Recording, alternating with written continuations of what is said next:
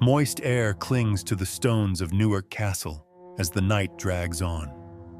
The torches burn weakly, spitting smoke that mingles with the reek of sickness and rot.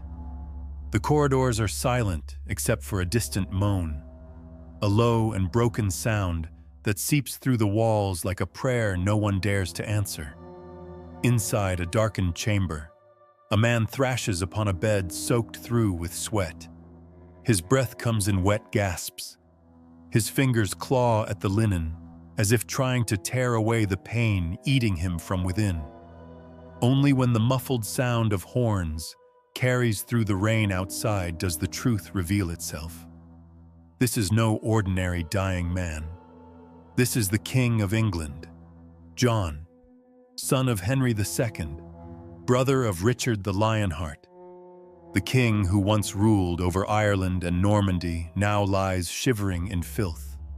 The chamber that once smelled of incense and polished armor now reeks of disease.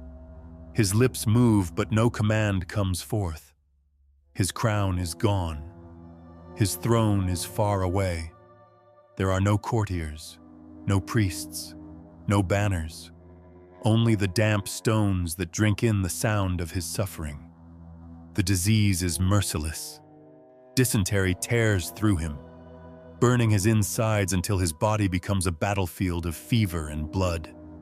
His attendants watch from the shadows, afraid to come near, afraid to breathe the same air. The man who once made nations kneel now lies stripped of all dignity, his power leaking away with every gasp. Outside, the wind wails against the tower walls as if mourning what was once divine. Inside, the torches flicker one last time over a trembling hand reaching for nothing. The same hand that once signed death warrants now claws at dirty sheets. If you believe that even kings must pay for the weight of their sins, stay. Subscribe to our channel and witness how history punishes its own. He entered the world already unwanted, the last of 4 sons born to King Henry II and Queen Eleanor of Aquitaine. John came into a family where power had already been divided like pieces of a dying feast. His eldest brother Henry had England. Richard was promised Aquitaine. Geoffrey ruled over Brittany, and for John there was nothing left. His father, with cruel humor, called him Jean Sans Terre, John Lackland, the boy with no land to inherit. The name stuck to him like a scar that would never fade. In a court filled with ambition and betrayal, John grew up learning one truth: love meant nothing unless it came with power. He watched his parents' marriage collapse into war, his brothers turn against their father, and his mother imprisoned for siding with her favorite son. He learned early that loyalty was a costume worn only when convenient, beneath the laughter of banquets and the shimmer of crowns. The young prince felt invisible. That loneliness hardened him, shaping the cruelty that would one day define his reign. When Richard the Lionheart took the cross and left for the Holy Land, England fell into uneasy silence. John saw an opening. With his brother gone, he began to whisper that Richard was dead. He courted allies among nobles and bishops, offering rewards for their support. He was no soldier, but he was cunning. And for a brief moment, it seemed deceit would succeed where courage had failed. Then word arrived that Richard had been captured, returning from the crusade. John rejoiced. Instead of helping to pay the ransom, he used the crisis to claim the crown for himself. His treachery spread like rot through the kingdom. But fate had one more humiliation waiting. Richard returned, freed and furious. John knelt before him, begging forgiveness. The Lionheart spared his brother's life, but mercy from a great man can be sharper than a blade. John's shame festered. When Richard died in 1199, struck by a crossbow bolt in France, The crown finally came to the prince who had spent his life clawing at its shadow. For the first time, John had everything he had ever wanted: the kingdom of England, the rich lands of Normandy, Anjou, and Maine. Yet the man who had waited his whole life to rule was utterly unfit to wear the crown. John was not a warrior. His armies faltered against the disciplined might of Philip of France. He hesitated when others charged. He doubted when others led. Defeat followed him like a shadow. Normandy fell, then Anjou, then Maine. Within a few years, the empire his father had built crumbled. The nobles who had once bowed now whispered behind his back. They called him Soft Sword, the king whose courage bent like wax in the sun. Unable to win abroad, John turned his fury inward.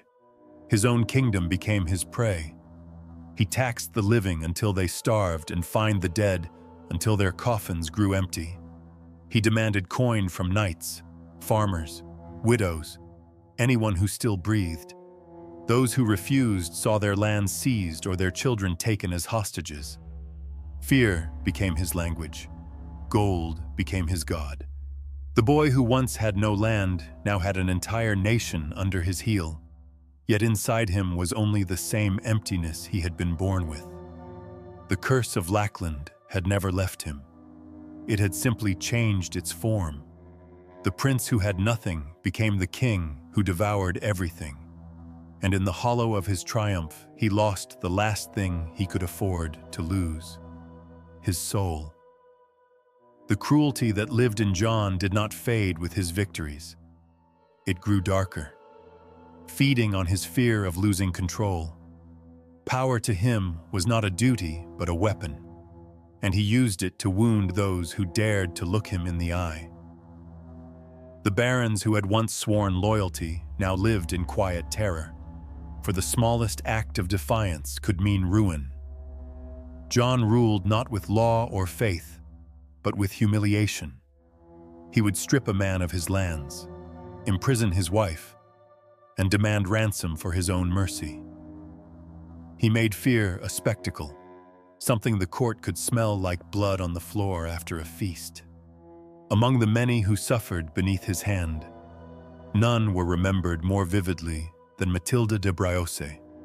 Her husband had been one of John's loyal barons, but loyalty to John was a fragile coin. A late payment or a careless word could turn friend to enemy in a heartbeat.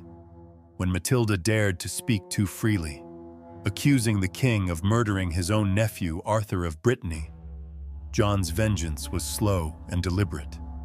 He had Matilda and her eldest son locked inside a dungeon in Windsor Castle. The guards were given one cruel instruction: do not kill them. Let hunger do the work. For 11 days, the cell stayed silent, except for the scraping of their nails against stone. When the guards finally opened the door, what they found was a horror even they could not speak of. The bodies were wasted to bone. The mother had died last, her mouth stained with the blood of her child. The chroniclers wrote that in her madness she had tried to eat his flesh. John said nothing. He did not need to. The message was clear. No one, not even the innocent, could defy the will of the king. But John's cruelty did not stop with men. He turned his anger toward God himself. When the Archbishop of Canterbury died, the monks elected their own successor. But John rejected their choice and demanded his own candidate. The dispute reached Rome, where Pope Innocent III, the most powerful man in Christendom, decided against him. The Pope appointed Stephen Langton instead. John raged. He seized the lands of the church, stripped the monasteries of their wealth, and expelled the priests who refused to obey. The king who had once knelt for blessings now spat in the face of heaven. In response, Pope Innocent placed all of England under an interdict. Overnight, the sacred life of the realm was silenced. The church doors were barred. The bells that had once marked birth and death fell mute. No weddings, no confessions, no burials in consecrated ground. For 6 long years, the people lived in a kingdom without grace. Children were born without baptism. The dead were buried in fields. The living walked beneath a sky that seemed to have turned its face away. By 1209, the punishment deepened. The Pope excommunicated John himself. In the eyes of God and Christendom, he was already damned. The bishops fled. The priests cursed his name in whispers. The peasants called him the king without soul. Even his closest barons began to doubt his right to rule. In the castles of England, people lit candles not for their king's health, but for his death. Once he had been the ruler of an empire that stretched across seas. Now he was a man cut off from heaven and earth alike. The crown still sat on his head, but the faith of a nation had abandoned him, alone in his defiance. John believed he could outlast both men and God, yet with every act of arrogance, the walls around him grew thinner, and the silence of heaven felt heavier with each passing day. By the summer of 1215, England had turned against its king. The barons who once rode beside John now marched under their own banners, weary of endless taxes and his cruel deceit. Across the realm, castles closed their gates, and a kingdom built on fear began to crumble. John could not rule a land that no longer obeyed him, surrounded and despised. He was forced to face his enemies on a quiet meadow beside the River Thames, a place called Runnymede. The day was heavy with rain and silence. The air carried the smell of damp grass and iron from the soldiers' armor. The barons stood in rows before the royal tent, their eyes fixed on the parchment laid upon the table. It was not a gift to their king, but a demand written in ink and fury. John sat rigid, his face pale, the crown that once gleamed now dull beneath the clouds. He dipped his quill and signed, each stroke trembling between anger and defeat. No cheer followed, only the quiet hiss of the river and the sound of a man losing everything. That document would be known as Magna Carta. To later generations, it became the foundation of liberty. But on that day, it was a list of wounds carved into words. The barons wanted justice for the years he had stolen from them. Yet within its 63 clauses lay a truth larger than vengeance. The king was no longer above the law. No man could be imprisoned without trial. Power would have to bow before fairness. John's rage boiled beneath his silence. To him, the charter was an insult, not an agreement. He believed a king's will was God's will, and that no parchment could bind him. As soon as the barons departed, he began to plot their ruin. He sent envoys to Rome begging Pope Innocent to destroy the charter. The Pope obeyed, declaring Magna Carta null and void. When the news spread, rebellion ignited once more. The barons rose in arms and swore to dethrone the man who had broken his word. Their hatred was so deep that they turned to France, inviting Prince Louis to cross the Channel and take England's crown. They would rather kneel to a stranger than bow to their own tyrant. John had traded honor for power and lost both. The crown upon his head felt heavier with every passing day, and even the stones of his castles seemed to whisper that his reign was ending. England no longer feared its king. It pitied him. By the autumn of 1216, the kingdom was slipping through John's fingers. Rebellion burned across the land, and French banners flew over London. Villagers who once trembled at his name now spat when his soldiers passed. He fled from one fortress to another, a hunted man in his own realm. The king who had ruled through fear now lived by it, watching the faces of his own guards for signs of betrayal. Every mile of England seemed to turn its back on him. Exhausted and desperate, John gathered what remained of his power into one great convoy. Wagons heavy with gold, silver, jewels, and sacred relics trailed behind his army. It was not only treasure, it was the weight of his reign, the plunder of years of greed, the proof that he had once been a king. As the French advanced from the south, he decided to cross the tidal flats known as the Wash, a stretch of treacherous marshland that could only be crossed at low tide. It was a desperate gamble, but John believed speed could save him.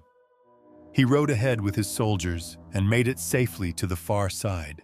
Behind him came the wagons, slow and burdened with the fortune of a dying crown. The air grew colder and the tide began to turn. From the distance came a sound like thunder. The sea was returning. In moments, the calm flats became a boiling flood. Horses screamed, wheels sank, men shouted as the waters rose and the ground vanished beneath them. Gold and armor and bodies were swallowed together in the mud. The crown jewels of England, including the ancient crown of Alfred the Great, disappeared into the sea forever. John watched from the shore as the waves devoured everything he had hoarded. It was more than a loss of treasure. It was an omen. All that he had taken from his people was now taken from him by the earth itself. His empire had drowned, and with it the last illusion of his power. He pressed on toward the Abbey of Swineshead, weary and hollow. The monks received him in uneasy silence. That night, he demanded a feast, perhaps to forget the taste of salt and failure. They brought him pears, fresh cider, and soft bread. He ate with the hunger of a man trying to fill an emptiness that could not be fed. Outside, the wind howled through the trees, carrying the scent of the sea that had claimed his crown. It would be his final meal. Within hours, his stomach turned to fire and his skin burned with fever. As dawn crept over the fields, the king who had lost his realm began to lose his body too. The curse of Lackland had come for him at last. The sickness took him like a slow fire. It began with fever that soaked his bed and blurred his sight. Then came the cramps, twisting his body until he screamed.